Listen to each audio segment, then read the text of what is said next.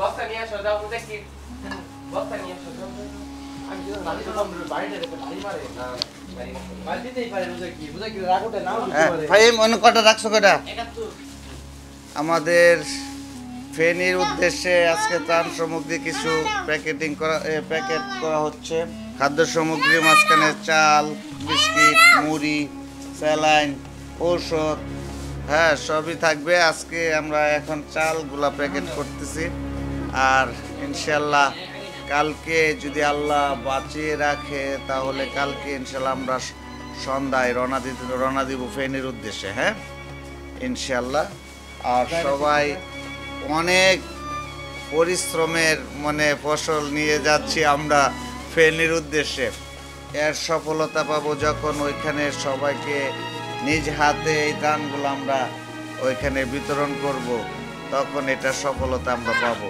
ইনশাল্লাহ হ্যাঁ আচ্ছা এখন আমার ছেলে কথা বলবে হ্যালো গাইস আসসালামু আলাইকুম আজকে আমরা চাল দিতে যাচ্ছি আমরা চাল দিতে যাব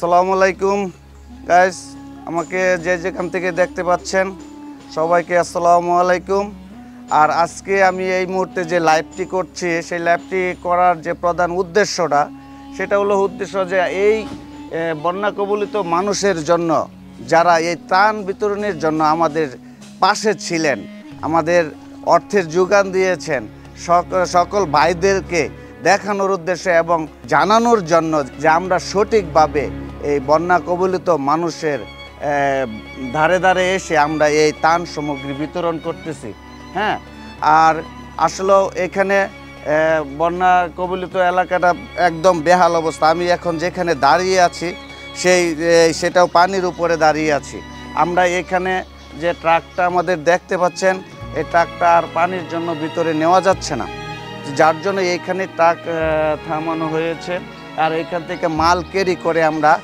হাতে হাতে নিয়ে যাব সেই বন্যা কবলিত মানুষের ঘরে ঘরে আর যেখানে যাচ্ছি সেখানে নাকি কোমর পানি এখনও আর আমরা কোমর পানি ভেঙেই সেখানে যাব আর অসহায় মানুষদের পাশে দাঁড়াবো এবং তাদেরকে নিজ হাতে এই ত্রাণ বিতরণ করব ইনশাল্লাহ আর এই যে দেখেন কি অবস্থা আমরা কিন্তু একটা রাস্তার উপর দিয়ে হাঁটতেছি কিন্তু এই রাস্তাটা যখন ভারী বন্যা ছিল তখন নাকি এই বুক সমান পানি ছিল এখানে না মাথা পর্যন্ত পানি ছিল এইখানে নাকি মাথা পর্যন্ত পানি ছিল এখনো আমরা হাঁটতেছি যে হাঁটু সমান পানির উপর দিয়ে এখানে যে বাড়িগুলা ওই যে আমরা একটা বাড়ি দেখতে পাচ্ছি এখনো ওই যে অর্ধেক পানির নিচে হ্যাঁ ওই দেখাও বাড়িটা দেখাও ভাইয়া হ্যাঁ ওই যে ওই বাড়িটা এখনো পানির নিচে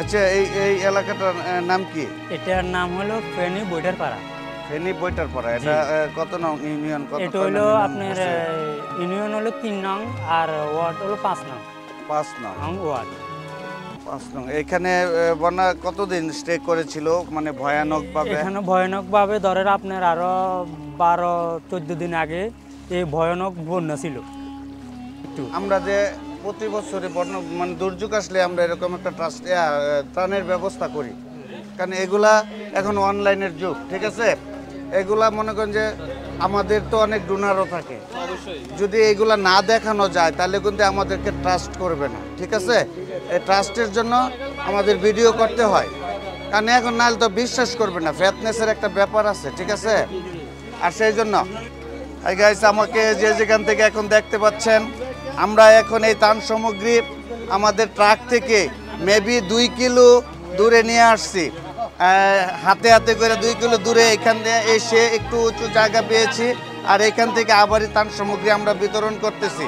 আর এইভাবেই পানির মাঝখান দিয়ে হেঁটে এসে আমরা এই ত্রাণ সামগ্রী ঘরে ঘরে পৌঁছাই দিতেছি। হ্যাঁ, আর এই যে এখন কি আপনি কয়জনকে দিবেন এটা? 3 জনকে। আচ্ছা, আপনি চাচা 3 জন। আচ্ছা নেন, সবাই যাতে পায়। হ্যাঁ, আচ্ছা আচ্ছা। এই এলাকা থেকে মানে কি পরিমাণ লোক আশ্রয় কেন্দ্রে চলে গেছিল? এখানে বর্তমানে যে মানুষগুলা এখানে ছিল, তখন 14 দিন আগে যে ভয়াবহ বন্যাটা ছিল, যে মানুষ বসবাস করার মতন এখানে থাকতে পারতেছে না তারা, তখন তারা কিছু মানুষ ধরেন আপনার 2 থেকে 3 হাজার মানুষ আশ্রয়কেন্দ্রে চলে গেছে। আর বর্তমানে যারা আশ্রয়কেন্দ্রের জায়গা পায় নাই, তারা তাদের ওই যে ঘরের টং আছে, যে ওই টংগুলোকে উপরে তারা বসবাস করার জন্য তাদের ছেলে মেয়ে নিয়ে তারা বর্তমানে আছে ঘরের গুলোর মধ্যে। আর এই পানির পরিমাণ কি পরিমাণ পানি ছিল এখানে?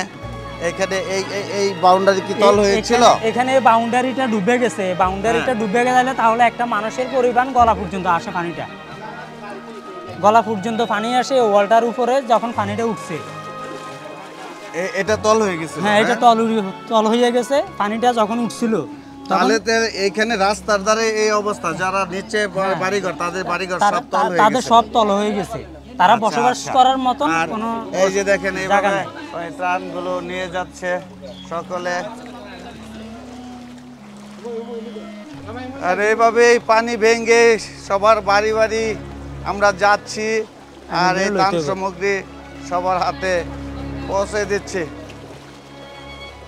ফিরে আসলাম যে এইখানে আমরা এখানে নাকি কোমর সমান পানি, আর এই কোমর সমান পানি ভেঙে আমরা সবাই এই ত্রাণ সামগ্রী নিয়ে যাচ্ছি।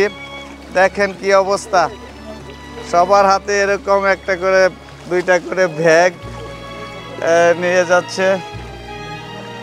আর দেখেন সামনে অনেক পানি, আর এই পানি ভেঙে আমরা দেখেন সবাই এই ত্রাণ সামগ্রী নিয়ে এই পানির মাঝখানে হেঁটে যাচ্ছি। আমরা অলরেডি আমাদের উড়াতে উঠে পড়েছে পানি এখানে। আমরা এখন কোমর সমান, মানে মেবি আর একটু গেলে কোমরে পানি উঠে পড়বে। অলরেডি উড়াতের উপরে পানি, আর এই পানি বেয়ে আমরা যাচ্ছি যে সামনে যারা অনেক অসহায় ভাবে আছে, যে যারা বৃদ্ধ এবং ছোট ছোট বাচ্চারা যারা ঘর থেকে বের হতে পারতেছে না, তাদেরকে এই ত্রাণ সামগ্রী আমরা বিতরণ করার জন্য তাদের ঘরে ঘরে যাচ্ছি এই পানি ভেদ করে। আসলেও দেখেন। আর বলো তো এখানে যে বৃদ্ধ এবং বাচ্চাদের অবস্থাগুলো একটু বলো তো। এখানে বর্তমানে যে পরিস্থিতি আছে, এই পরিস্থিতিতে মানুষ বাস করাটা অনেক সমস্যা। এখানে বর্তমানে যে বাচ্চাদের এখন বর্তমানে আপনার জ্বর, সর্দি, ডায়রিয়া এগুলো নিয়ে বাচ্চাদেরকে বড় অশান্তিতে তাদের বাপ মারা আছে। এখানের যারা মেয়ে মানুষ এবং ছেলেরা আছে সবাই বলতেছে এখানে বুক সমান পানি ছিল এই ঘরের এখানে, না ঘরের ভিতরে? হ্যাঁ, এই ঘরের ভিতরে বুক সমান পানি ছিল।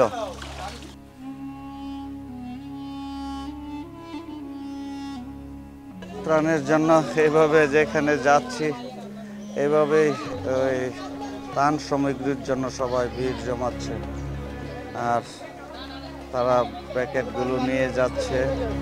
আসলে এটা অনেক তৃপ্তিদায়ক একটা কাজ, যে যত কষ্টই হোক অসহায় মানুষগুলোর পাশে যখন আপনি সুন্দরভাবে দাঁড়াবেন, তখন আপনার মনের ভিতর থেকে একটি প্রশান্তি কাজ করবে, যে ভালো লাগবে।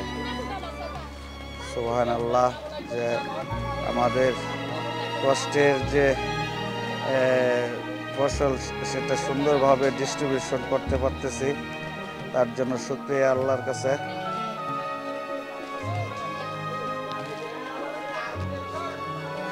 এরকম প্রত্যেকটা রাস্তায় এই পানিতে তলিয়ে আছে এখনো। দেখেন এটা এই রাস্তা ধরে গেলেও যত গ্রাম আছে সব গ্রামগুলো এখনো পানির নিচে তলিয়ে আছে। আর প্রত্যেক জায়গায় উঁচু জায়গা থেকে আমরা এই ত্রাণ সামগ্রীগুলো যে বিতরণ করতেছি।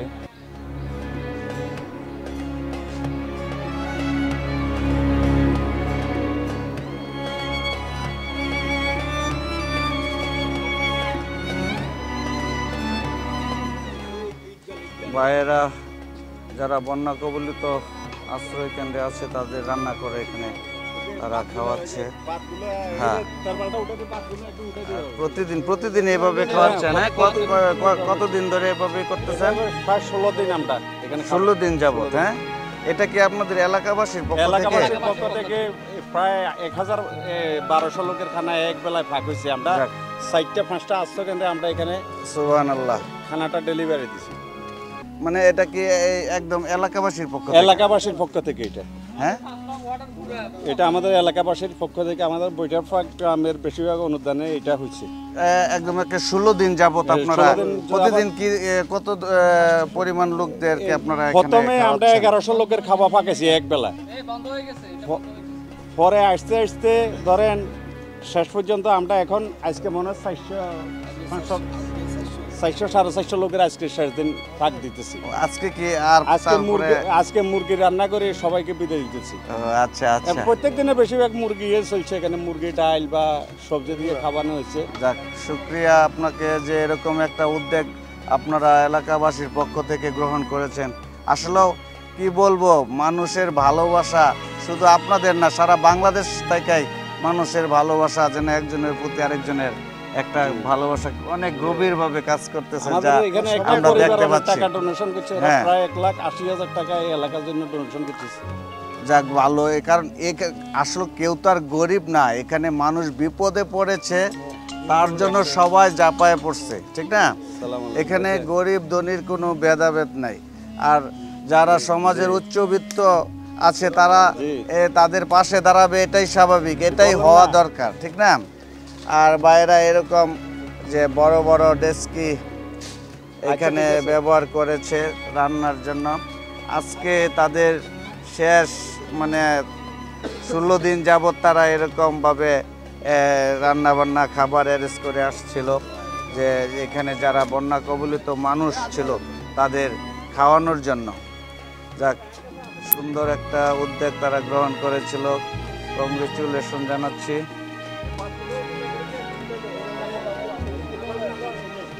ভাত রান্না করেছে, করে এটাকে কি বলে আপনাদের এখানে? পুরা লাই। লাই, আচ্ছা, লাই যে বেত দিয়ে বাঁশ দিয়ে বানিয়েছে না, বাঁশের দিয়ে এখানে ভাতগুলো রেখেছে। আর এটাকে কি বলে? সাঙ্গর, ভাতের সাঙ্গর। আচ্ছা, যাক,